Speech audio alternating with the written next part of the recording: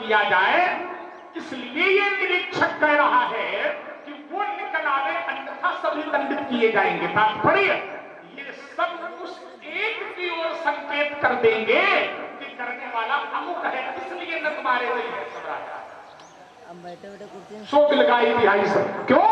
क्योंकि संकल्प के साथ विकल्प जुड़ा है, इसलिए निश्चित नहीं है, अनिश्चयात्मक कथन है, अनिश्चयात्मक उक्ति है, इसलिए सो बिलगाओ। ये विकल्प है, सो बिलगाओ बिहाई समाजा।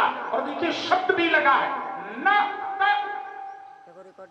नहीं तो का मतलब परिवर्तित भी हो सकता है, ध्यान देना। इसलिए ये नहीं है कि वो इन राजाओं ने अपराध किया, ये नहीं है कि उन सभी छात्रों ने अपराध किया, अपराध तो एक ने ही किया, लेकिन घोषणा दंड संहिता के आधार पर यह है कि वो निकलकर बाहर आ जाए, अन्यथा सभी छात्र दंडित किए जाएंगे। इसका मतलब ये नहीं है। एक बात हमने व्यंग में और कही, अच्छी नहीं लगी हमें। तुमने कहा कि परशुराम जी को प्रशासनिक अधिकारी बना दिया जाए। यदि परशुराम जी को प्रशासनिक अधिकारी बना, क्यों बना दिया जाए? क्यों बना दिया जाए? प्रशासनिक अधिकारी बना दिया जाए तो प्रशासनिक अधिकारी भी नियमावली के अंतर्गत रहकर कार्य करता है। प्रशासनिक अधिकारी पर भी प्रतिबंध है, लेकिन परशुराम के जीवन पर किसी भी प्रकार का कोई प्रतिबंध नहीं है। हम अनुबंधन और प्रतिबंध में रहकर कभी कार्य नहीं करते। या तो स्वतंत्र रहा और स्वतंत्र रहूंगा, स्वतंत्रता ही मेरे जीवन का मूल आधार है। और तुम कहते हो प्रशासनिक अधिकारी, तो अधिकार तो केवल प्रशासनिक ही दिया गया, इसलिए उसकी सीमा बन गई, लेकिन मेरी सीमा बंधी नहीं है। इसलिए मुझको केवल प्रशासनिक अधिकार देकर ये मत कहो कि परशुराम जी को यदि प्रशासनिक अधिकारी बना दिया जाए। मैं प्रशासनिक अधिकारी तो नहीं हूं और न चाहता हूं कि बनूं, लेकिन हाँ इतना जरूर है कि दुष्टम क्षत्रम भुवो भारम अब्रह्मण्यम नीनशत रजस्तमो व्रत महान फल पुण्य कृते हर्षि। जो इस धरती का भार थे, जो ब्राह्मणों को न मानने वाले थे, ऐसे लोगों का मैंने विनाश कई बार किया है, एक बार नहीं कई बार, और बिना किसी की आज्ञा के, बिना किसी विकल्प के। अस्त्रेन्द्र बालक कालवश बोलत तो ही सभार और धन ही संत्रिपुरारि धन विदित सकल संसार। आप कहते हैं रे नृप बालक कालवश, लक्ष्मण तुम काल के वश में होना महाराज, काल के वश में नहीं हो सकते, क्योंकि अकाल मृत्यु वो मरे जो काम करे चांडाल का, और काल उसका क्या करे जो भक्त है। तो जहां भगवान की कृपा है वहां काल बाल बाका नहीं कर सकता है।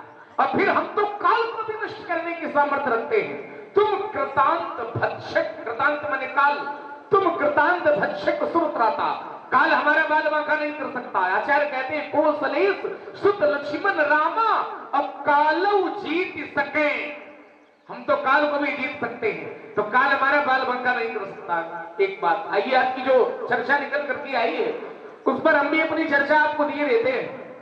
मुख्य बातें जो आपकी निकल करके आई, तो इन्होंने कहा कि क्या राजा जनक की कन्या का विवाह जिस नियम से किया गया है, माने सीता का विवाह जिस नियम से किया गया है, तो विवाह के 8 प्रकार इन्होंने बताए कि विवाह के 8 प्रकार ये हैं: दैव विवाह, ब्रह्म विवाह, आत्म विवाह, प्रजापति विवाह, असुर विवाह, पैशाच विवाह, गंधर्व विवाह, राक्षस विवाह आदि आदि।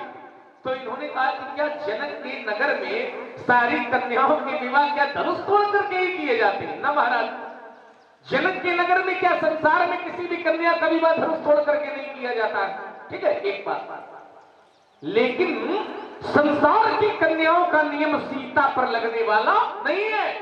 जैसे आप अभी बता रहे थे कि बहुत का महत्व नहीं है, बहुत विशिष्ट नहीं हो सकते हैं, एक विशिष्ट हो सकता है। तो जो विशिष्ट है, जो श्रेष्ठ है, तो सीता की तुलना इन संसार की कन्याओं से नहीं हो सकती। पहली बात तो ये समझ लो, सीता संसार की जो कन्याएं हैं उनका जन्म माता के गर्भ से, लेकिन सीता का जन्म माता के गर्भ से नहीं, बल्कि सीता का जन्म तो धरती माता के गर्भ से। तो संसार सिर्फ माता के गर्भ से जो जन्म लेगी पुत्री, उसका नियम का, विवाह का नियम अलग है, जो घर बर कुल हो अनुरूपा। लेकिन सीता का जो विवाह होगा, तो सीता जब विशिष्ट है, तो विशिष्ट कन्या का विवाह किसी विशिष्ट माध्यम के द्वारा ही किया। बोलना है क्या? विशिष्ट कन्या का विवाह विशिष्ट माध्यम के द्वारा ही किया जाएगा। और आपने ये बताया भी कि ये धनुष सामान्य नहीं है, ये धनुष विशेष है। तो जब धनुष विशेष है और कन्या भी विशेष है, तो विशेष कन्या के विवाह के लिए विशेष धनुष को माध्यम बना करके विशेष वर की प्राप्ति करने के लिए राजा जनक ने धनुष तोड़वाने का प्रण 50 रुपए नीरज वाजपेयी जी की तरफ से, 20 रुपए अरविंद त्रिवेदी जी की तरफ से, 50 रुपए राजन वाजपेयी जी की तरफ से, 50 रुपए सूर्य मिश्रा कन्नौज की तरफ से, 40 रुपए शिवरतन जी की तरफ से, 40 रुपए हरिश्चंद्र अवस्थी जी की तरफ से, भगवान परशुराम जी के चरणों में और लक्ष्मण जी के चरणों में बैठ हुए हैं। बहुत बहुत धन्यवाद।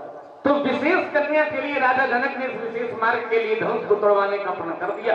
अब आप श्रद्धा की बात करते हैं कि धनुष पर हमारी श्रद्धा है। अच्छा, धनुष पर विचार करने वाली बात ये कि क्या परशुराम जी की श्रद्धा है क्या? राजा जनक भी तो भगवान शंकर के परम भक्त हैं। विश्वामित्र जी यहां बैठे हैं, विश्वामित्र जी भी भगवान शंकर के परम भक्त हैं। तो जब जनक भगवान शंकर के परम भक्त, विश्वामित्र भगवान शंकर के परम भक्त, और क्या इनकी धनुष से श्रद्धा नहीं थी? क्योंकि शंकर जी का और शंकर जी के जब भक्त हैं, तो जैसे आप शंकर जी के भक्त हैं तो आपको धनुष से श्रद्धा है, तो शंकर जी के भक्त तो ये सब है। रावण भी भगवान शंकर का परम भक्त है, बाणासुर भी भगवान शंकर का परम भक्त है, और रावण बाणासुर भी यहाँ आए, लेकिन रावण बाणासुर ने धनुष तोड़ने का कोई विरोध नहीं किया। न जनक ने किया, जनक को स्वयं तोड़वा रहे हैं, न विश्वामित्र ने कोई विरोध किया। ठीक है, तो कहने का तात्पर्य यह कि धनुष को तोड़वा करके जो श्रद्धा की बात आप बता रहे हैं, तो आपकी श्रद्धा नहीं जुड़ी है, श्रद्धा इन सब लोगों की जुड़ी है। क्योंकि इमें द्वै धनुषी श्रेष्ठे दिव्य लोका भी पूजते, इसलिए श्रद्धा। तो जैसे ये सभी लोग शांत हैं, ऐसे ही आप भी क्रोध विरोध न करें। श्रद्धा, आपने कहा श्रद्धा पर जब चोट हो तो दधीच को भी युद्ध करना पड़ा। देखिए, समाज कल्याण के लिए यदि श्रद्धा पर चोट हो, यानी ना व्यक्तिगत श्रद्धा पर चोट हो, अन्यत्र न हो, तो विरोध उचित है। लेकिन समाज के कल्याण के लिए, त्रैलोक्य के कल्याण के लिए यदि श्रद्धा पर भी चोट हो तो व्यक्ति को सहन कर लेना चाहिए। कई प्रमाण आपको इस बात के मिल जाएंगे। जैसे जिस समय दधीच से प्राण मांगेगा कि आप हमें प्राण दे दो, अपनी अस्थियां दे दो, तो अस्थियों के माध्यम से वज्र का निर्माण किया जाएगा और वृत्तासुर नाम के दैत्य का वध किया जाएगा। क्योंकि संसार के लिए समस्या बना था वृत्तासुर, लेकिन वृत्तासुर मरेगा तब जब दधीच की अस्थियों से वज्र बनेगा। तो दधीच जी जिस समय आश्रम में थे, देवता मांगने पहुंचे, तो वही दधीच जी की पत्नी भी थी। अब पत्नी की श्रद्धा किसके चरणों में होती है? पति के चरणों में। क्योंकि पत्नी के लिए पति भगवान है। एक ही धर्म एक व्रत नेमा, और काय वचन मन पति पद प्रेमा। अब किसी पत्नी के सामने विचार करिए जरा, किसी पत्नी के सामने कोई आकर के पति के प्राणों की याचना करे, तो बताइए पत्नी की श्रद्धा पर चोट होगी कि नहीं होगी? कोई पत्नी नहीं चाहेगी कि हमारे जीते भी हमारे स्वामी का समापन हो जाए। तो श्रद्धा पर चोट हुई, लेकिन देवताओं ने, ब्रह्मा जी ने जब सुवर्चा को यह समझाया कि दधीच जी के प्राणों का जो बलिदान दिया जा रहा है वो संसार के कल्याण के लिए है, तो सुवर्चा ने अपनी श्रद्धा को पीछे कर लिया और संसार की भलाई के लिए वो अपने पति के साथ अपने प्राणों को सती भी हो गई। क्यों हो गई? ताकि संसार का कल्याण हो। और श्रेष्ठ लोग वही होते हैं जो संसार के लिए जीते हैं। बंदनीय जय जग जस पावा, और जय जो सही दुख, स्वयं को दुख मिल जाए, स्वयं की श्रद्धा पर हो जाए।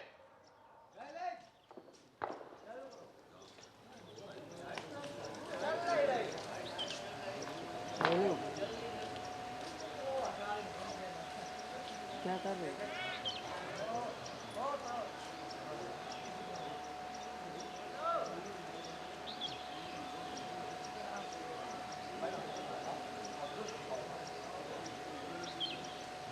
क्या कह रही है?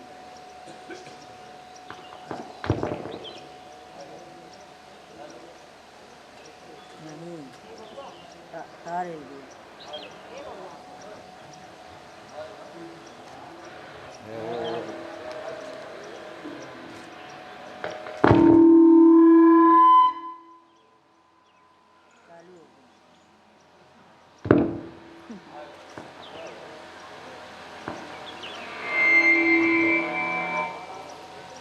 हर हर चीज वाच्य हर।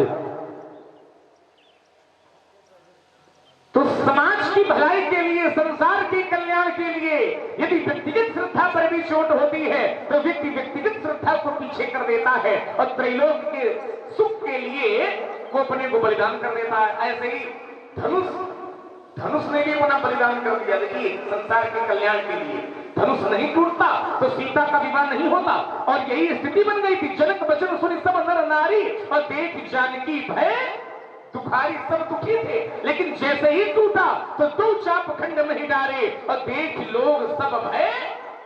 तो जो दूसरे के दुख को दूर करे, जो दूसरे को प्रसन्न करे, जो दूसरे को सुख करे, तो श्रेष्ठ लोग उसी को महापुरुष कहते हैं। जो जिस पर हित लाग तजई जे देही तो संतत संत प्रशंसई। धनुष ने भी बलिदान कर दिया, और इसी कारण ये महात्मा सतानंद, विश्वामित्र, जनक आज जितने महात्मा हैं, क्योंकि ये तो ज्ञानियों की नगरी, संतों की नगरी है, इसी के कारण ये साधु संतों ने विरोध नहीं किया। तो आप भी महाराज विरोध न करें, धनुष के टूटने में कोई बुराई नहीं है। एक बात। दूसरी बात, हमने कहा था कि शिष्य के लिए गुरु ही ब्रह्मा है, गुरु ही विष्णु है, गुरु ही शंकर है, और धनुष तोड़ने वाले ने अपने कर्तव्य का पालन किया है कि गुरु आदेश का पालन किया जाए, यही हमारा कर्तव्य है। पर इस पर तो चोट नहीं आई महाराज की, चोट सूत्र पर ही आ गई, चोट नियम पर ही आ गई कि यदि गुरु जी ब्रह्मा है, गुरु जी विष्णु है और गुरु जी शंकर है, तो ये चोट करके सिद्ध आप क्या करना चाहते हैं? ये सूत्र गलत है। ये तो सूत्र महापुरुषों का है, कोई आज कर रही है बहुत प्राचीन समय से, तो क्या सिद्ध करना चाहते हैं कि सूत्र गलत है ना?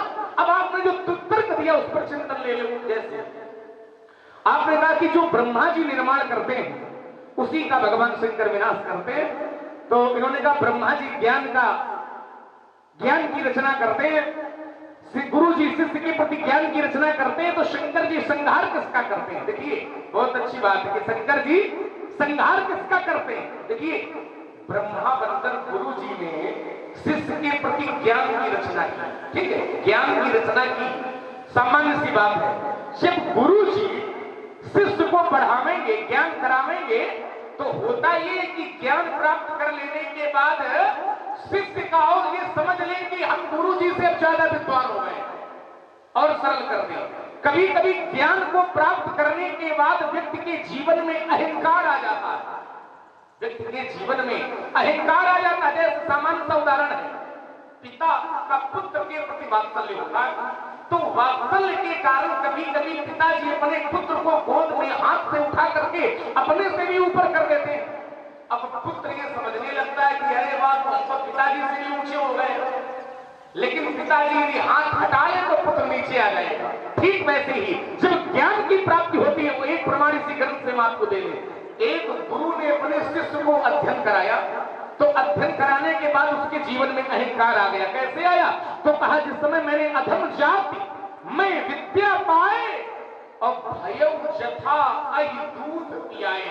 जैसे सर्प को दूध पिलाया जाता है, ऐसे ही जब विद्या की प्राप्ति मुझको करवाई गई तो मेरे जीवन में अहंकार आ गया।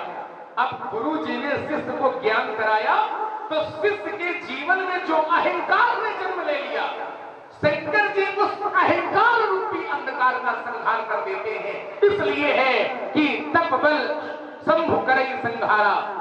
ब्रह्मा जी सृष्टि की रचना करते हैं, ब्रह्मा जी सारी सृष्टि की रचना करते हैं, तप बल रचई प्रपंच।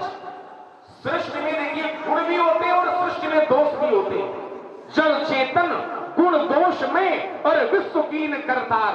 लेकिन जो श्रेष्ठ होता है वो गुणों को पकड़ लेता है और दोषों को छोड़ देता है। जैसे हंस जल को छोड़ देता है और दूध को ग्रहण कर लेता है, ठीक वैसे ही जो दोष आ गए शिष्य में, ब्रह्मा जी ने गुरु बनकर के ज्ञान कराया, लेकिन जो दोष आ गए, जो अभिमान ने जन्म ले लिया, उन दोषों को भगवान शंकर गुरु रूप में संहार करते हैं। इसलिए मैंने कहा था दलन मोह तम शोष प्रकाशु।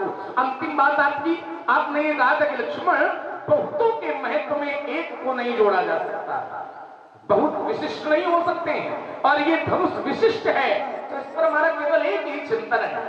ये बात आपकी ठीक है कि बहुतों की तुलना एक से नहीं हो सकती, बहुत विशिष्ट नहीं हो सकते, विशिष्ट एक होता है, लेकिन इस धनुष की गिनती एक में नहीं है।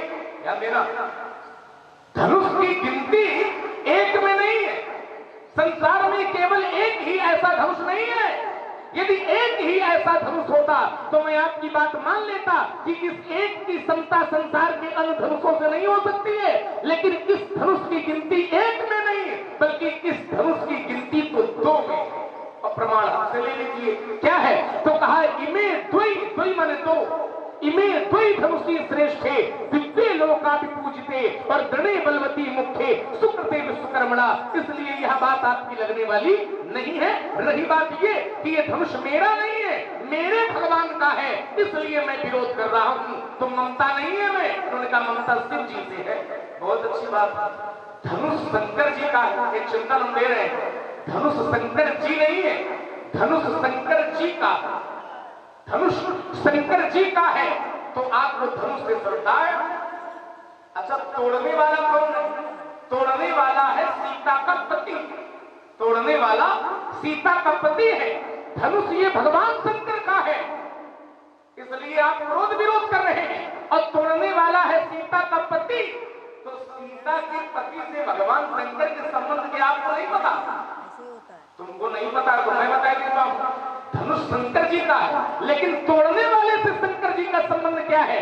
तोड़ने वाला है सीता का पति, और सीता के पति से शंकर जी के संबंध क्या है? तो आचार्य कहते हैं, क्या कहते हैं? तो कहा सेवक स्वामी सखा सिय पीते। सी के माने जो सीता के पति हैं वो शंकर जी के सेवक भी हैं, स्वामी भी हैं, सखा भी हैं। तो शंकर जी का धनुष है, तो धनुष से बड़ा प्रेम है, धनुष से बड़ी श्रद्धा है। और शंकर तोड़ने वाला सीता का पति है, तो शंकर जी के इतने संबंध तोड़ने वाले से हैं, तो उसके लिए खर्चा उठाए, हड़ताल ठोक रहे हो, तो यह बात समझ में नहीं आ रही। लक्ष्मण का उत्तर मिथिला के सुधी श्रोताओं ने बड़े ध्यान से सुना। इन सभी उत्तरों में एक बिंदु जो विशेष और विशिष्ट था वो ये था कि शिव जी के द्वारा उसी का विनाश होता है जिसका ब्रह्मा जी के द्वारा निर्माण होता है। अब इसमें तुमने अहंकार को भी जोड़ दिया, गुण दोष को भी जोड़ दिया। बड़ी छोटी सी बात थी हमारी, लेकिन उस पर तुम रुके नहीं, रुके नहीं, उस पर हम चाहते थे कि थोड़ा रुकते, और बड़ी छोटी सी बात उस पर चिंतन करिए, ऐसे नहीं निकलेगा। ब्रह्मा के द्वारा सृष्टि का निर्माण है, क्योंकि तपबल रचई, तो शंकर जी के द्वारा सृष्टि का ही विनाश है। तो शिष्य के जीवन में ब्रह्मा के द्वारा निर्माण क्या होता है और उसी का शंकर जी विनाश करते हैं, ऐसी कौन सी वस्तु है? यहां चोट करिए जरा, क्योंकि गुरु ब्रह्मा गुरु विष्णु गुरुदेवो महेश्वरा सूत्र गलत नहीं है, इस पर हमारा तर्क है, विशेष बात है, इसमें डाउट अगर हो तुम्हारे पास जो होती वो मजा आती, ये आकांक्षा है कि अगर कुछ हो तो लाओ। स्वाभाविक बात नहीं, हम तो बताएंगे, यही आदत है हमारे बीच में, यही चिंता कसी है कि इसी में अंक अधिक और ज्यादा होते हैं, तो हमें अंक के लिए कर रहे हैं, अंक के लिए नहीं, सब बात के लिए, ताकि लोगों को रस मिले, है ना? तो देखिए, जो बातें प्रायः होती हैं उनमें रस नहीं होता, लेकिन जो बातें कभी कभी और यहां से तत्काल प्रकट होकर आती हैं उनमें रस है। तो हम चाहते हैं कि कुछ निकले इससे। सृष्टि के निर्माण करता है ब्रह्मा और सृष्टि के विनाशक है शिव। शिष्य के लिए गुरु ब्रह्मा है और गुरु शिव है। तो मेरा सीधा प्रश्न है कि जब शिष्य के लिए निर्माण करता ब्रह्मा है तो ब्रह्मा ने क्या शिष्य के जीवन में निर्माण किया? गुरु रूप में गुरु रूपी ब्रह्मा ने क्या निर्माण किया जिसका शिव जी ने विनाश किया? प्रश्न ये है, तर्क ये है, यहां पर कुछ होना चाहिए। थोड़ा सा मंथन हो और मंथन जब होगा तो कुछ न कुछ निकलेगा। मैं इस बात को फिर यही रोक रहा हूं और ये चाहता हूं कि इस पर, अब तुमने कहा अहंकार आ जाता है, ध्यान देना, तो अहंकार भी ब्रह्मा की सृष्टि में ही है। परेशान न हो तो करेगी। दूसरी चोट कर रहा हूं तुम्हारे ऊपर, इसको भी संभालना जरा ध्यान से। अहंकार भी ब्रह्मा की सृष्टि में ही है। तो यदि शिष्य के लिए गुरु ब्रह्मा है तो तब तो सीधा सीधा पक्ष गलत हो गया कि शिष्य के जीवन में गुरु रूपी ब्रह्मा ही अहंकार को जन्म देता है। तुमने मना करना बंद कर अहंकार का प्राकट्य कहां से है तो ब्रह्मा से ही। चाहे अहंकार हो, चाहे अभिमान हो, चाहे गुण हो, चाहे दोष हो, चाहे जड़ हो, चाहे चेतन हो, लेकिन प्राकृतिकरण तो ब्रह्मा के द्वारा ही है। तो यदि शिष्य के जीवन में अहंकार भी आता है तो ये अहंकार आ कहां से रहा? कहां से आ रहा? क्योंकि अहंकार के जनक भी ब्रह्मा ही है। इसका मतलब गुरु शिष्य के लिए अहंकार का जन्मदाता है। ऐसा है तुम्हारे कथनानुसार? और अगर ऐसा है तो गलत है। जो ना माने तो उसकी का कैसे करो? फिर तो गुरु की परिभाषा ही निरर्थक हो जाएगी। क्यों? क्योंकि अज्ञान तिमिरांधस्य ज्ञानांजन शलाकया चक्षुरुन्मीलितं येन तस्मै श्री गुरुवे नमः। यो वै ब्रह्माणं विदधाति पूर्वं यो वै वेदाश्च प्रहणोति तस्मै तमः देवात्म बुद्धि प्रकाशम मुमुक्षुवैर शरणमहं प्रपद्ये। इसलिए चोट थी मेरी, अहंकार आता नहीं है, अहंकार का भी जन्म है और वो भी ब्रह्मा से ही। क्यों? क्योंकि तुम्ही ने अपने सुंदर मुख से ये कहा बड़े प्रेम से कि ब्रह्मा से ही गुण उत्पन्न होता है और ब्रह्मा से ही दोष उत्पन्न होता है। तो ब्रह्मा यदि गुण उत्पन्न करते हैं तो शंकर जी गुण का भी विनाश करते हैं, और यदि ब्रह्मा के द्वारा दोष उत्पन्न होता है तो शंकर जी दोष का भी विनाश करते हैं। तर्क सीधा है कि जिसका ब्रह्मा जी निर्माण करते हैं शिव जी उसी का विनाश करते हैं। तो प्रश्न मेरा है सीधा कि गुरु जी कौन सी ऐसी वस्तु है जिसका शिष्य के जीवन में निर्माण करते हैं और शंकर जी उसी वस्तु का विनाश करते हैं, उसी विषय को समाप्त करते हो? क्या है ऐसी कौन सी चीज है? ज्ञान तो हो नहीं सकता। अगर ज्ञान है तो ब्रह्मा जी ने यदि ज्ञान को जन्म दिया तो शंकर जी ज्ञान को भी नष्ट करेंगे। तो ये सूत्र गलत हो जाएगा। शंकर जी ज्ञान के विनाशक नहीं है, वो तो वंदे बोधमयम नित्यम गुरुम शंकर रूपिणम। तो फिर निर्माण किसका है और विनाश किसका है? प्रतिबंध ये लगा है कि जिसका ब्रह्मा के द्वारा निर्माण है शिव जी के द्वारा उसी का विनाश। इस परिक्षेत्र में रहकर तुमको उत्तर करना है। एक बिंदु, द्वितीय बिंदु, तुमने कहा आपकी श्रद्धा है धनुष के प्रति। श्रद्धा यदि व्यक्तिगत है तो अच्छी नहीं है। केवल आपको ही श्रद्धा है, सबको श्रद्धा है। आप होगी सब लोग श्रद्धा करते हैं।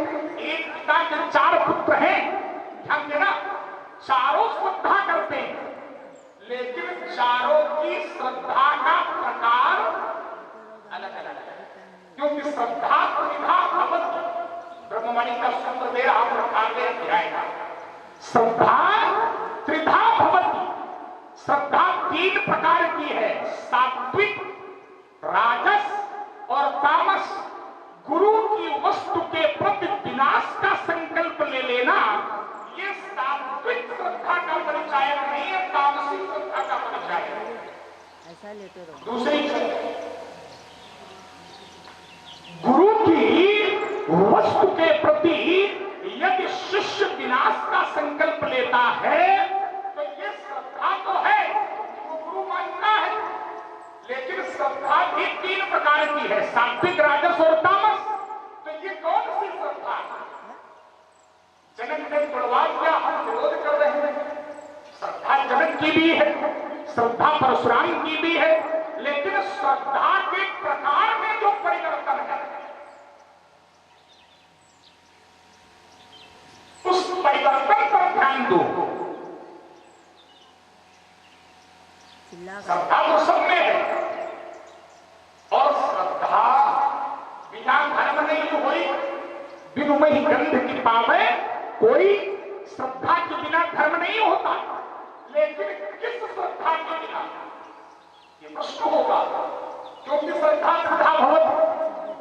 देखिए, इसी तरह दान भी है, इसी तरह श्रद्धा भी है, वहां भी 3 प्रकार है। एक व्यक्ति देता है तो ये सोच कर देता है कि दे रहा हूं, उसमें मेरा कुछ नहीं है, न मुझे कल्याण चाहिए, न मुझे बड़प्पन चाहिए, न मुझे बड़ाई चाहिए। लेकिन एक व्यक्ति जब देता है तो ये सोच कर देता है कि मैं दे रहा हूं तो मेरा कल्याण होगा, मेरा मुझे पुण्य मिलेगा। और एक व्यक्ति देता है तो ये सोच कर देता है कि हमारा कितने बार नाम बोला जा रहा।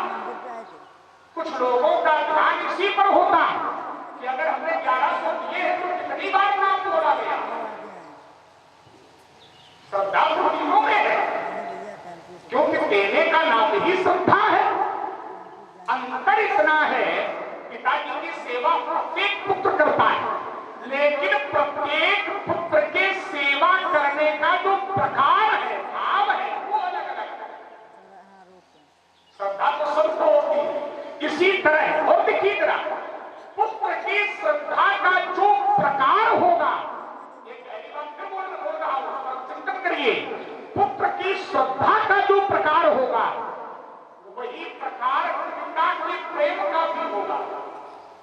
पिता सबसे प्रेम करता है, 4 पुत्र हैं तो चारों से प्रेम करता है पिता, लेकिन एक पुत्र उसमें अधिक प्यारा होगा जो मनसा वाचा कर्मणा पिता की सेवा पर ही निर्भर करता है। प्रेम का प्रकार भी बदलता है। तुम्हारे यहाँ 4 बेटे हैं, राम, भरत, लक्ष्मण और शत्रुघ्न, लेकिन चारों में यदि कोई अधिक प्यारा है तो राम ही क्यों प्यारा है? तुम उतने प्यारे नहीं, भरत उतने प्यारे नहीं है, शत्रुघ्न उतने प्यारे नहीं है, लेकिन राम ही उतना प्यारा क्यों? सब सुख प्रिय परिवर्तन करता है। बड़ा गहराई से थोड़े लोग हैं, लेकिन सुनने वाले हैं, इसलिए कुछ नया नया हो जाए, ये आकांक्षा है मेरी, और कोई बात नहीं है। और बाकी कुछ सुनी हो, इसलिए ये प्रस्तुति है। सबके सामने बातचीत नहीं हो पाती है, क्योंकि ये सामर्थ्यवान बालक है, इसलिए करेगा, ये विश्वास है हमारा, है ना। एक बात, आगामी बात, मैंने कहा विवाह 8 प्रकार के हैं, तो एक विधा से हो जाता। सीता का विवाह तो कहने लगा सीता विशिष्ट है, कितनी भी विशिष्ट क्यों न हो। पार्वती जी भी विशिष्ट थी, लेकिन पार्वती जी ने तो सीधे अपनी बात शुक्र ऋषियों से कही। क्या कहा? जन्म कोटि लगी रगर हमारी और परम संभुनत रहूं कुमारी। विशिष्ट कन्याओं के विवाह भी सामान्य रूप से हुए, ऐसा नहीं है कि जो विशिष्ट कन्याएं हैं उनका विवाह विशिष्ट रूप से ही हुआ। 5 कन्याओं में अहिल्या, इसमें तो सीता का नाम है नहीं, अहिल्या 5 कन्याओं में नाम है। कैसे विवाह हुआ? द्रौपदी कल खेल के आधार पर प्रसंग पढ़ना दर्शन करें। तारा, कुंती, मंदोदरी तथा पंचकन्या स्मरे नित्यम सर्वपातक नाशनम। कोई विशिष्ट प्रकार नहीं विवाह का, सामान्य रूप से हो गया।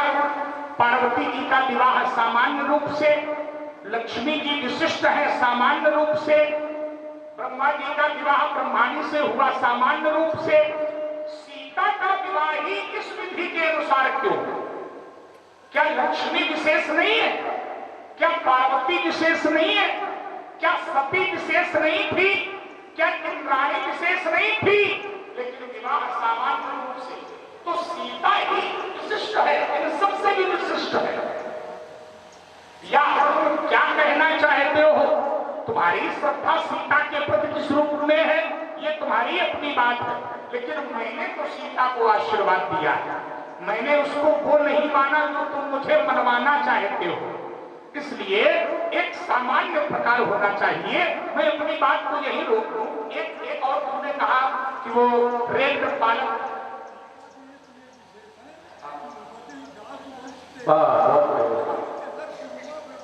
आप लोग साथ बात, आप उत्तर दिया आपने, आप तो साथ बात, लेकिन इसका भी उत्तर करेंगे हम अपने साथ। अच्छी बात, आप ये आपका उत्तर है, इसके लिए आपको साधुवाद कि सीता के अंश से अगणित उमा रमा ब्रह्मांड उत्पन्न होती है, लेकिन इस बात को हम इस अपने है ना, अपने इस रूप में हम स्वीकार नहीं कर सकते। अगर इस रूप में स्वीकार कर लेंगे तो फिर सीता को हम आशीर्वाद नहीं दे सकते। उसकी चिंता न करो, हमारा उत्तर आप करेंगे। चलो हमें काहे की चिंता? चिंता हम चिंता नहीं, चिंता तुम्हारे गुरु जी करते हैं। काज तने मन चिंता, हम चिंता नहीं, हम चिंतन करने वाले महात्मा हैं। चिंता तुम्हारे पक्ष में होती है, हमारे पक्ष में थोड़ी है। हमारे पक्ष में तो चिंतन होता है। इसलिए राजकुमार इन बातों पर विचार करना हो। चलो मैं अपने आप को यही रोक लेता हूं ताकि छोटी छोटी बातें हो, बड़ा अच्छा नहीं। चलिए महाराज, आपका जो उत्तर आया, बड़े आरोप लगाए महाराज आपने हमारे ऊपर। मुख्य बात ये निकल करके आई, इन्होंने कहा क्या लक्ष्मी विशेष नहीं है? क्या पार्वती विशेष नहीं है? पंचकन्याओं के भी तारा, अहिल्या, मंदोदरी आदि नाम आपने गिनाए, बहुत हल्के स्तर पर महाराज आ गए। क्या तारा, अहिल्या और मंदोदरी की तुलना सीता से हो सकती है? क्या कहना चाहते हैं कि मंदोदरी ज्यादा विशेष है, सीता कम विशेष है, या मंदोदरी के बराबर सीता विशेष है? जी जो नाम आपने गिनाए हैं वो इसी स्थल से, इसी प्रसंग से सब कट जाएंगे, चाहे लक्ष्मी हो चाहे पार्वती हो। केवल इतना ही पर्याप्त है, ये मेरी बात है, मेरा धरातल है कि सीता इन सबसे विशेष है। चाहे वो पार्वती हो, चाहे लक्ष्मी हो, चाहे तारा हो, चाहे अहिल्या हो, चाहे मंदोदरी हो। कैसे आचार्य प्रमाणित करते हैं? गिरा मुखर, सरस्वती ज्यादा बोलने वाली, मुखर, गिरा मुखर तन अरद भवानी। माता पार्वती तो भगवान शंकर के अर्धांग में निवास करते, आधे अंग में। गिरा मुखर तन अरद भवानी और रति अति दुखित अतनुपति जानी और कहू रमा समतिम वैदेही। यहां तक न पार्वती से सीता की समता हो सकती है, न ही सरस्वती से समता हो सकती है, न ही सती से समता हो सकती है, और न ही लक्ष्मी से समता हो सकती है। क्योंकि जहां हमारा धरातल है तो हमारे धरातल में तो लक्ष्मी जी सीता जी की वंदना करती है। उमा रमा ब्रह्मादि वंदिता और जगदम्बा संतत निंदिता। कहने का तात्पर्य फिर वही बात घूम करके आ जाएगी कि सीता के एक अंश से अनेक पार्वती, अनेक सरस्वती, अनेक लक्ष्मी जी का उत्पन्न होने का क्रम है। और आचार्य कहते हैं उपजई जासु अंश गुण खानी अगणित लक्ष्य उमा ब्रह्मानी प्रकुट विलास जास जग होई। रही बात यदि हम ये मान लेंगे तो फिर आशीर्वाद हम क्यों देंगे? आशीर्वाद हमने तो सीता को दिया है। देखिए आशीर्वाद देने में कोई बुराई नहीं है। सीता को यदि जगत की माता भी मान लोगे तब भी आशीर्वाद देना पड़ेगा। क्यों देना पड़ेगा? उसका एक कारण है और बहुत सुंदर कारण है। वो कारण मैं बता देता हूं। देखिए परशुराम जी कौन है? परशुराम जी है बाल ब्रह्मचारी, और जब पुत्र ब्रह्मचारी के पद पर होता है, माने जब यज्ञोपवीत संस्कार पुत्र का होता है, तो माता भी अपने पुत्र के पैर छूती है।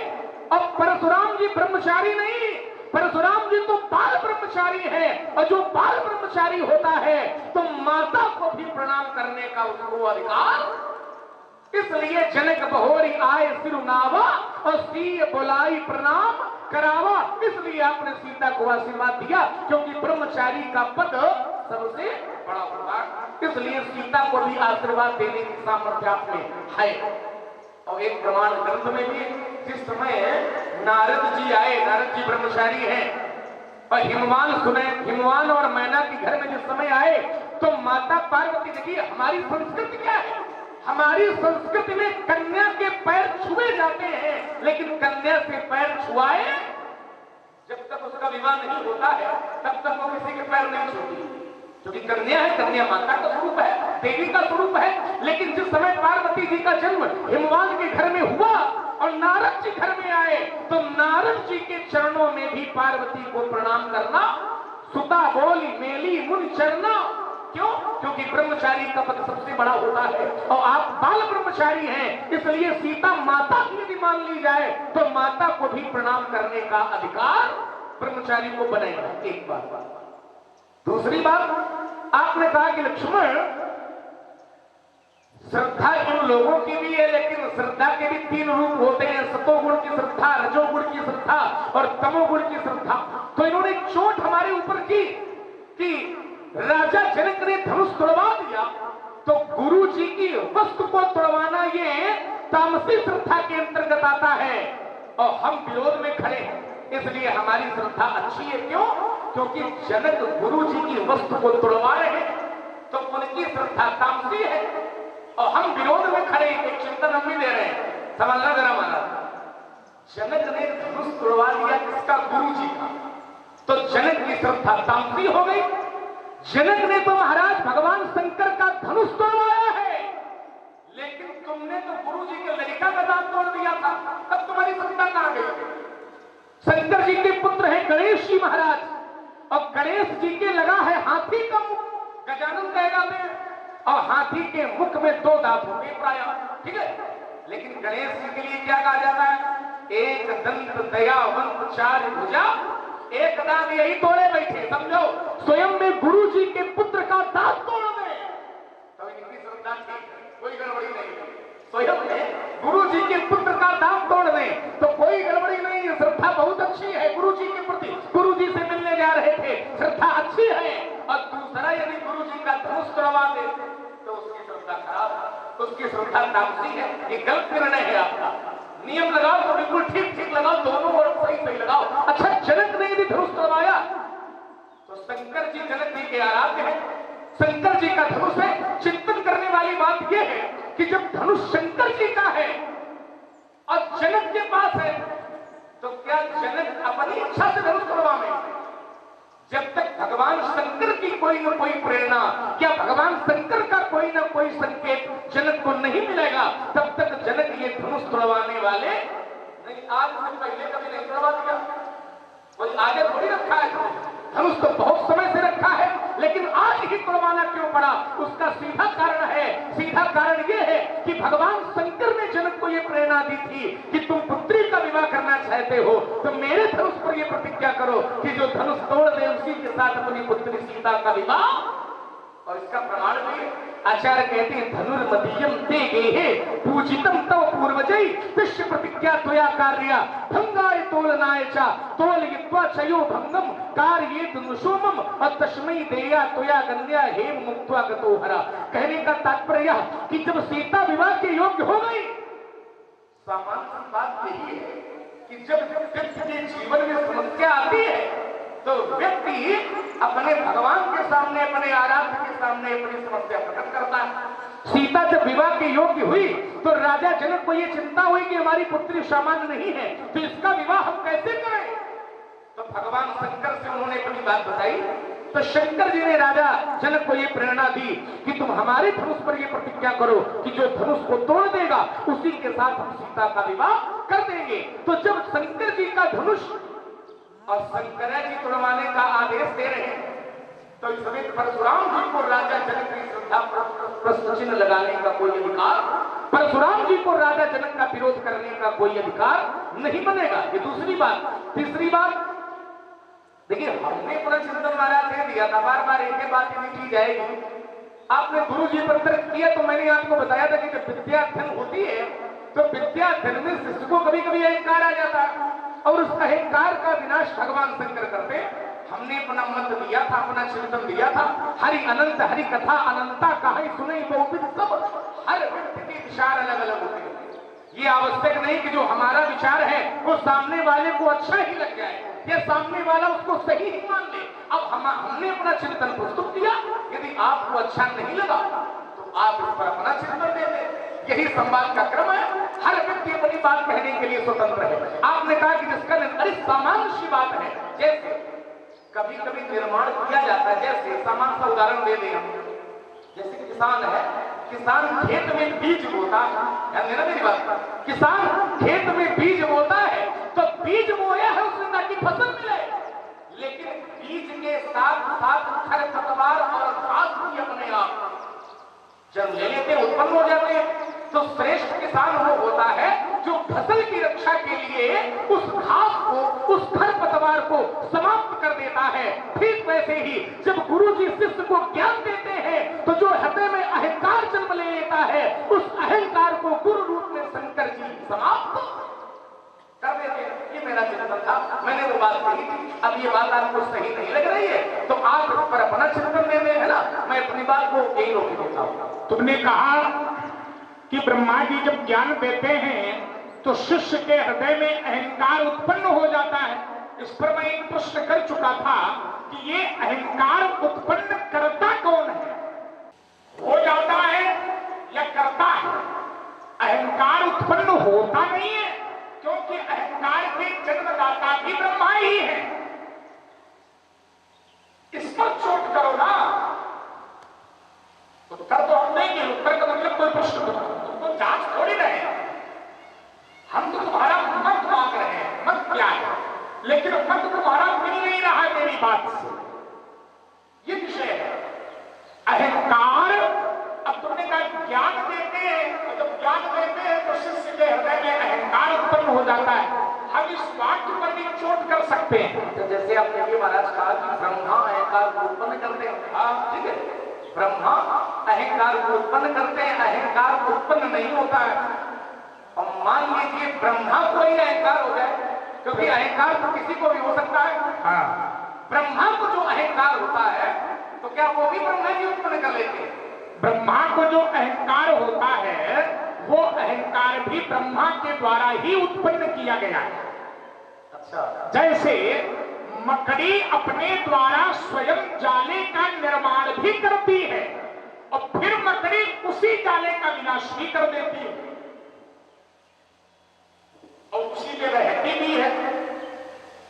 इसमें कोई बहुत बड़ी बात आप थोड़ी कर रहे हो, ये तो एक सामान्य सी बात है। लेकिन शिष्य के जीवन में यदि अहंकार उत्पन्न होता है और वो भी ज्ञान से, तो वो कैसा ज्ञान है जिससे अहंकार उत्पन्न हो? क्यों? क्योंकि विद्या ज्ञानान मुक्ति, ज्ञान से तो मुक्ति होती है। धर्मते विरज जोगते ज्ञाना और ज्ञान मोक्ष प्रद। तुम कहते हो ज्ञान से अहंकार उत्पन्न होता है, ये लग नहीं रहा है, इसको लगाओ चाहे लगेगा, नहीं लग रहा है। अब उसको अपनी मत से आप लगाने का प्रयास कर रहे हैं लेकिन नहीं लग रहा है, इसलिए उसको लगाओ बौद्धिक विचारधारा से कि अहंकार उत्पन्न। भाई अगर आपको ज्ञान मिल रहा है, अगर आपके हृदय में ज्ञान अस्तोमा सदगमय तमसोमा ज्योतिर्गमय मृत्योर्मामृतम गमय के शाश्वत सूत्र पर चलता है शिष्य, और यदि गुरु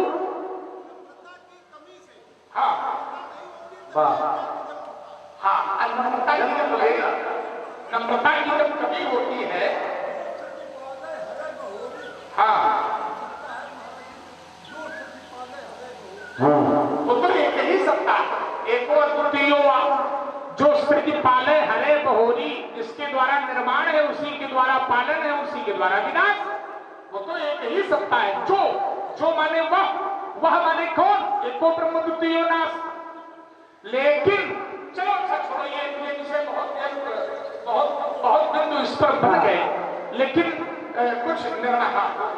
हाँ, 30 रुपए गुप्तदान, 20 रुपए कल्लू सिंह, 20 रुपए सुकन्या पांडे, 100 रुपए गिरीश चंद्र त्रिपाठी टिगरा चौहान, 20 रुपए अशोक, 20 रुपए हर्ष वाजपेयी, 50 रुपए आशीष वाजपेयी, 50 रुपए राम बहादुर कटेरिया, भार्गव परशुराम जी के चरणों में और लक्ष्मण जी के चरणों में प्लेट है। चलिए जरा इस बात का एक बहुत मीठा उत्तर आपको करूं और आप लोगों को अच्छा लगेगा। ब्रह्मा के द्वारा जीव की उत्पत्ति नहीं है, ब्रह्मा के द्वारा शरीर की उत्पत्ति है। हमें लग रहा है आप लोग समझ गए मैं क्या कहना चाहता हूं, लेकिन और सरल कर दूं। ब्रह्मा जीव को उत्पन्न नहीं करता है, ब्रह्मा शरीर को बनाते हैं और भगवान शंकर शरीर का ही विनाश करते हैं, जीव का नहीं। क्योंकि जीव का न जन्म है और न ही जीव का विनाश है। न जायते म्रियते वा कदाच।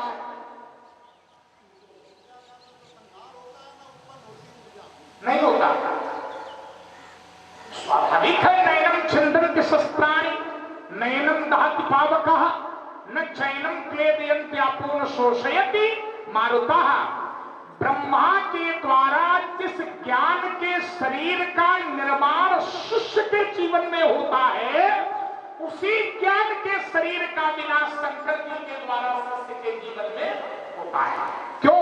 क्योंकि ज्ञान भी दो प्रकार का है, एक भौतिक एक आध्यात्मिक।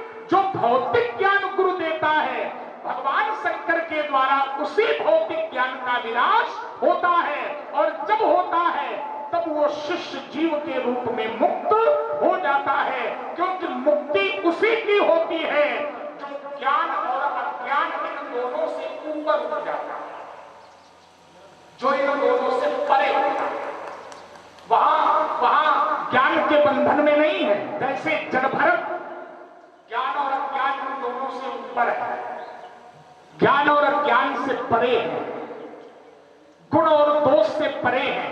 ब्रह्मा के द्वारा जिन गुणों का निर्माण है, शिव जी के द्वारा उन्हीं गुणों का विनाश है। क्यों?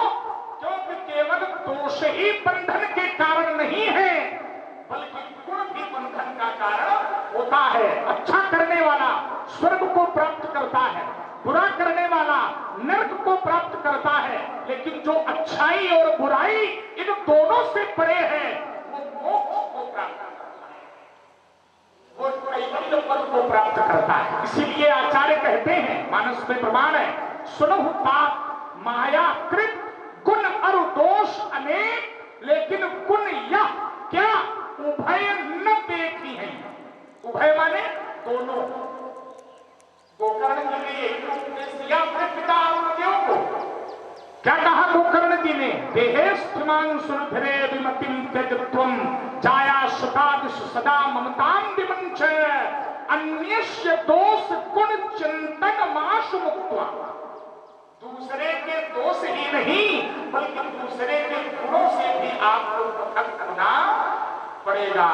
इसलिए इन दोनों का विनाश, जिस ज्ञान को गुरु देता है, वही ज्ञान जब शिष्य को रस को मतलब रस रूप में निकल आता है, जिस ज्ञान से जब रस को वैसा वो ब्रह्म परमात्मा जब परिनिष्ठित हो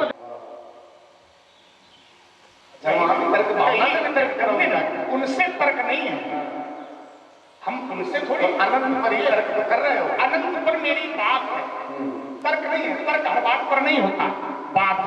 बात ये है कि ये पक्ष तो अनंत का पक्ष है, लेकिन अनंत के प्रतिपक्ष में जो खड़ा है वो भी तो कुछ है।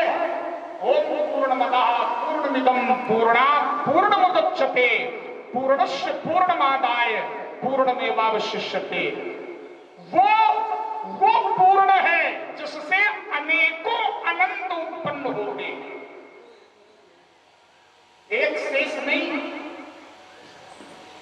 अनेकों शेष उत्पन्न होंगे। वो बोलने दे बेटा, 100 रुपए नीरज वाजपेयी जी की तरफ से, 20 रुपए गुन्नू वाजपेयी जी की तरफ से, 20 रुपए सुकन्या पांडे की तरफ से और पिंटू कुशवाहा जी की तरफ से 20 मुद्राएं भार्गव परशुराम जी के चरणों में, भगवान राम जी के चरणों में, भगवान लक्ष्मण जी की तरफ चरणों में, और मदन कुशवाहा जी की तरफ से भी 20 मुद्राएं भगवान परशुराम जी के चरणों में, भगवान राम जी के चरणों में और भगवान लक्ष्मण जी के चरणों में।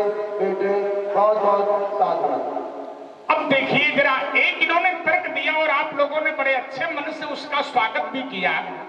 इन्होंने कहा कि जिस समय ब्रह्मचारी होता है बालक जो है, तो ब्रह्मचारी जब होता है बालक तो माता भी पैर छूती है। ब्रह्मचारी जब बालक होता है तो माता भी पैर छूती है, ये है। या जब बालक पलाश का दंड धारण करता है, पलाश का दंड यज्ञोपवीत संस्कार में ब्रह्मचारी को बहुत समय तक बालक रहता है। 1 वर्ष से लेकर 25 वर्ष तक की आयु ब्रह्मचर्य में ही व्यतीत करनी चाहिए। तो क्या माता 1 वर्ष से लेकर 25 वर्ष तक पुत्र के पैर छूती?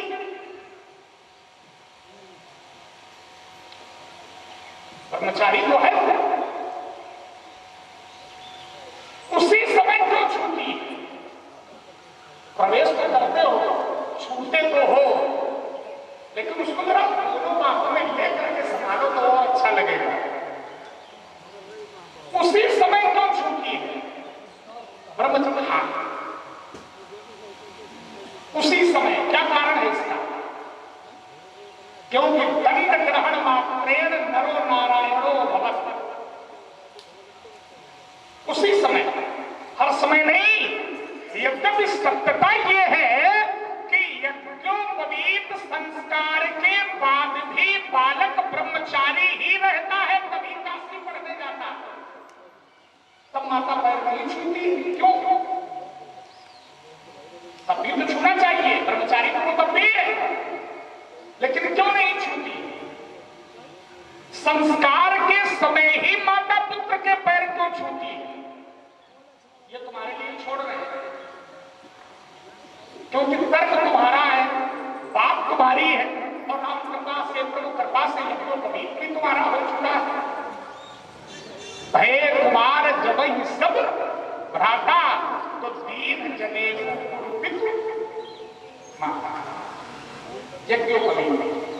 यज्ञोपवीत संस्कार के समय बटुक के पैर छूती है मां। बटुक, ध्यान देना जरा, ब्रह्मचारी नहीं है वहां। ब्रह्मचारी तो 1 से लेकर भाई 4 भाग है। जीवेम सरदा सतम, पश्येम सरदा सतम, श्रोण्याम सरदा सतम। 100 वर्ष की आयु को 4 भागों में बांटिए, तो 4 भाग में जो पहला भाग है वो 25 वर्ष तक है।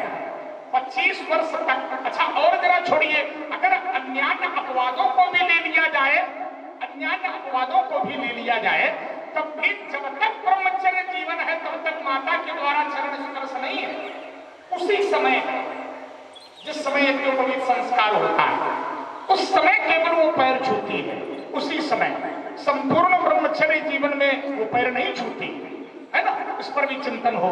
दूसरी बात, तुमने कहा कि आपने इसीलिए आशीर्वाद दिया क्योंकि जनक जी ने प्रणाम करवाया, आप ब्रह्मचारी हैं, इसलिए आप। मैंने आशीर्वाद जगत की माता जानकर सीता को नहीं दिया है।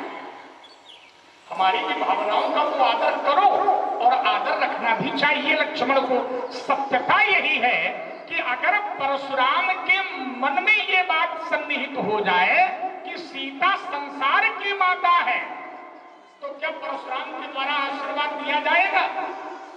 तब तो लिया जाएगा, क्योंकि ये संसार की मां है। संसार की माता से परशुराम आशीर्वाद लेते हैं, ना कि देते हैं। इसलिए ये पक्ष तुम्हारा स्वीकार नहीं है कि सीता संसार की माता है। हमने तो सीता को जनक की पुत्री मानकर, जनक की बेटी जानकर आशीर्वाद दिया। आशीष दीन सखी हर्षानी और निज समाज ले गई। तुमने नारद जी का प्रमाण दिया कि नारद जी को जब प्रणाम करवाया, नारद जी ने पार्वती को आशीर्वाद क्या दिया, इस पर भी तो चिंतन लाते आपको प्रणाम तो करवाया। ये कर्तव्य था भगवान का। हाँ हाँ, इसीलिए भावना की धरती है महाराज। इसीलिए कह रहा हूं कि उसको माधुर्य में ही बनाए रखिए। इस पक्ष से ऐश्वर्य सत्ता अगर पर मेरे सामने आ जाएगी, इसीलिए तो ये लक्ष्मण को नहीं कहना है कि सीता से अनेकों ब्रह्मांडी, अनेकों लक्ष्मी, अनेकों पार्वती उत्पन्न होती। क्यों? क्योंकि अगर सीता से अनेकों पार्वती उत्पन्न हो जाएंगी तो जो सीता का पति है उससे अनेकों शंकर उत्पन्न हो जाएंगे, तो हम तो उसके दासानुदास हो गए। काहे का शत्रु, काहे का विरोधी? तब तो सीधी बात यह हो गई कि धनुष तोड़ने वाला ब्रह्म है, धनुष तोड़ने वाला नारायण है, धनुष तोड़ने वाला शंकर का भी स्वामी है, शंकर का भी ईश्वर है।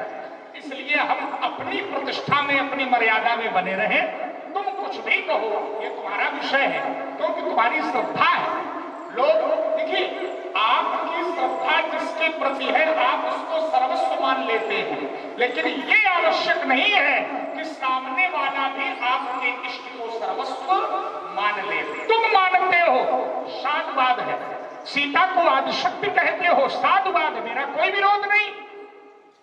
धनुष तोड़ने वाले को भगवान कहो, मेरा कोई विरोध नहीं, लेकिन मैं नहीं मानता। ये मेरा चरित्र है। क्या हमने कहा कि तुम मानो? ये तो ये कहने की बात थोड़ी है। तुम ये कहो कि परशुराम जी आप मान लो, बता तो रहे हो मुझे। हाँ, बताने का अधिकार हमारा है। बता रहे हो तो मेरा न मानने का अधिकार है। न मानो, ये तुम्हारा अधिकार है, लेकिन हमारे पर रोक न लगाओ कि तुम बताओ भी नहीं। लक्ष्मण के बताने से परशुराम नहीं जानेंगे। एक और बात, लक्ष्मण के बताने से परशुराम नहीं जाने। व्यास जी महाराज, जब परशुराम जी को स्वयं कुछ न कुछ अलौकिकता दिखाई या सुनाई पड़ेगी, ठीक है, तो परशुराम जी जानेंगे, समझेंगे। लक्ष्मण, अब ये तो तर्क नहीं बनेगा कि लक्ष्मण न बतावे। अरे हर भक्त अपने भगवान के सामने खड़ा होता है और भगवान को ही सर्वस्व कहता है, और लोगों से भी कहता है कि हमारे भगवान ही केवल है। तुमेव माता च पिता तुमेव, तमेव बंधु च सखा तुमेव, तमेव विद्या द्रविड़म तमेव, और तमेव सर्वम। भक्त के लिए भगवान ही सब कुछ है, और भक्त को अपने भगवान को सर्वस्व कहने में कोई चोरी या कोई बुराई नहीं है। आप न माने, ये आपका चरित्र है, लेकिन हम बतावें भी ना। जैसे आपने एक बात कह करके छोड़ दी थी कि लक्ष्मण को यह भी ध्यान देना पड़ेगा कि अनंत के सामने कौन खड़ा है। ओम पूर्णमदा पूर्णमिदं पूर्णात् पूर्णमुदच्यते, ठीक है। तो हम भी ये कह सकते हैं कि फिर तुमको ये बताने का अधिकार नहीं है। क्यों? यदि तुम ये लक्ष्मण को बता दोगे कि परशुराम जी पूर्णमदा पूर्णमिदं है, अर्थात वो परब्रह्म है, परमात्मा है, तो फिर ये धरातल छूट जाएगा कि सुनि मुनि बचन लखन मुस्काने और बोले पर सुधरे। क्योंकि लड़ाई हमारी तुम्हारी तब तक है जब तक हम एक दूसरे से अनजान है। जैसे आप हमसे कहते हो कि वो ब्रह्म है तो फिर समाप्त हो जाएगा, ऐसे ही लक्ष्मण यदि परशुराम को ब्रह्म मान लेगा तो ब्रह्म को जानने के बाद फिर ब्रह्म का अपमान नहीं करना चाहिए। हम अपने को नहीं बता रहे कि हम ब्रह्म हैं, लेकिन आप बता रहे हो कि हम उससे जुड़े हैं। तो कहने का तात्पर्य, मैं अपने परमात्मा को परमात्मा कह रहा हूं। धनुष तोड़ने वाला हमारा परमात्मा है, और जो हमारे परमात्मा की अर्धांगिनी है वो हमारे लिए कौन हुई? स्वामिनी हुई। तो जब हमारे लिए स्वामिनी है तो स्वामिनी की श्रेष्ठता को बताने में कभी पीछे हटना नहीं चाहिए। हम यदि अपनी प्रशंसा करें, हम अपनी प्रशंसा करें तो गलत है, लेकिन अपने भगवान की प्रशंसा करें तो भगवान की प्रशंसा करने में कोई बुराई करते हैं सब लोग। ब्रह्मादिक सुर सिद्ध मुनीसा और प्रभु प्रशंसा दे। एक बात, दूसरी बात, आपको जो चिंतन निकल करके आया है वो ये आया है निकल करके कि गुरु जी जैसे ब्रह्मा जी शरीर की रचना करते हैं, जीव की रचना नहीं करते हैं, तो भगवान शंकर उस शरीर का संहार कर देते हैं। एक तर्क इस पर आपने और दिया था कि वो ज्ञान कैसा है जिससे अहंकार जन्म ले ले। देखिए, ज्ञान से भी अहंकार जन्म ले लेता है। जैसे एक उदाहरण हम आपको दें, नारद जी बहुत बड़े ज्ञानी हैं। नारद विष्णु भगत पुनि ज्ञानी, नारद जी ज्ञानी है और अहंकार का जन्म हो गया नारद के मन में। कहा तो कहा, तब नारद गवने शिव पाही और जिता काम अहमिति मन माही। ज्ञानी है, अहंकार नहीं होना चाहिए, लेकिन ज्ञानी के हृदय में भी अहंकार ने जन्म ले लिया। तो जब अहंकार ने जन्म ले लिया तो भगवान ने उसी अहंकार का विनाश कर दिया। बेग समय डारी हो बुखारी, अपन हमार सेवक हितकारी। तो कहने का तात्पर्य, जो ज्ञानी है, तो ज्ञानियों के हृदय कब अहंकार जन्म ले लेता है? कब जन्म ले लेता है? जब व्यक्ति ये मानता है कि ये मैंने प्राप्त किया है, ये मेरे सामर्थ्य है, ये मैंने प्राप्त किया है, तब अहंकार जन्म ले लेता है। और जब धारणा ये होती है कि हमारा कुछ नहीं है, तन मन धन सब कुछ है तेरा, तेरा तुझको अर्पण और क्या लागे, जब भावना ये होती है तो अहंकार जन्म नहीं लेता है। जैसे कोई व्यक्ति ने श्रेष्ठ कार्य किया और प्रशंसा अपने ऊपर ले ले। बहुत से लोग ऐसे होते हैं, काम बन जाए, लोग कहेंगे काम बन गया, तो लोग कहेंगे हमने बहुत मेहनत की तो काम बन गया। लेकिन कुछ लोग ऐसे होते हैं जो काम बनने पर अपने ऊपर बड़ाई नहीं देते हैं, बल्कि ये कह देते हैं कि भगवान की कृपा से बन गया है, इसमें हमारा कोई मूल्य नहीं है, हमारा कोई योगदान नहीं है, इसमें परमात्मा की कृपा है। तो जब परमात्मा की कृपा को जीव आगे करता है तो अहंकार जन्म नहीं लेता है, और जब अपने को आगे कर देता है तो अहंकार हृदय में जन्म लेता है। वही स्थिति नारद के साथ हुई और वही स्थिति शिष्य गुरु में लगेगी।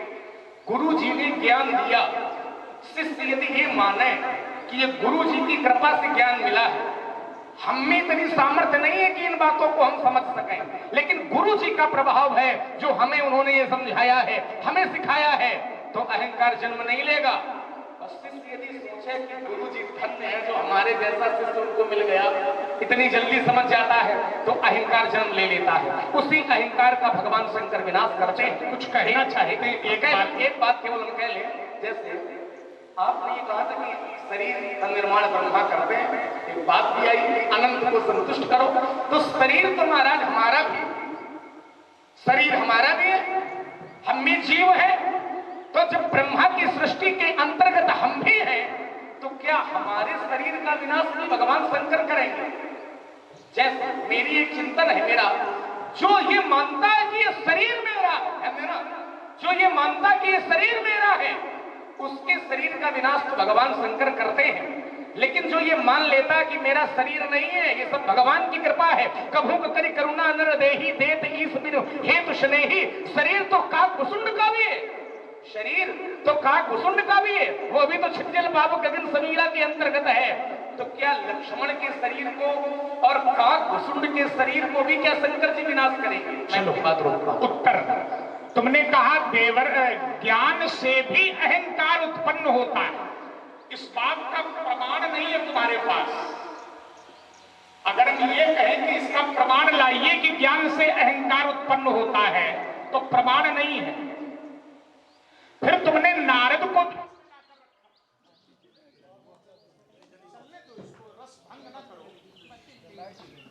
पट्टी चली गई।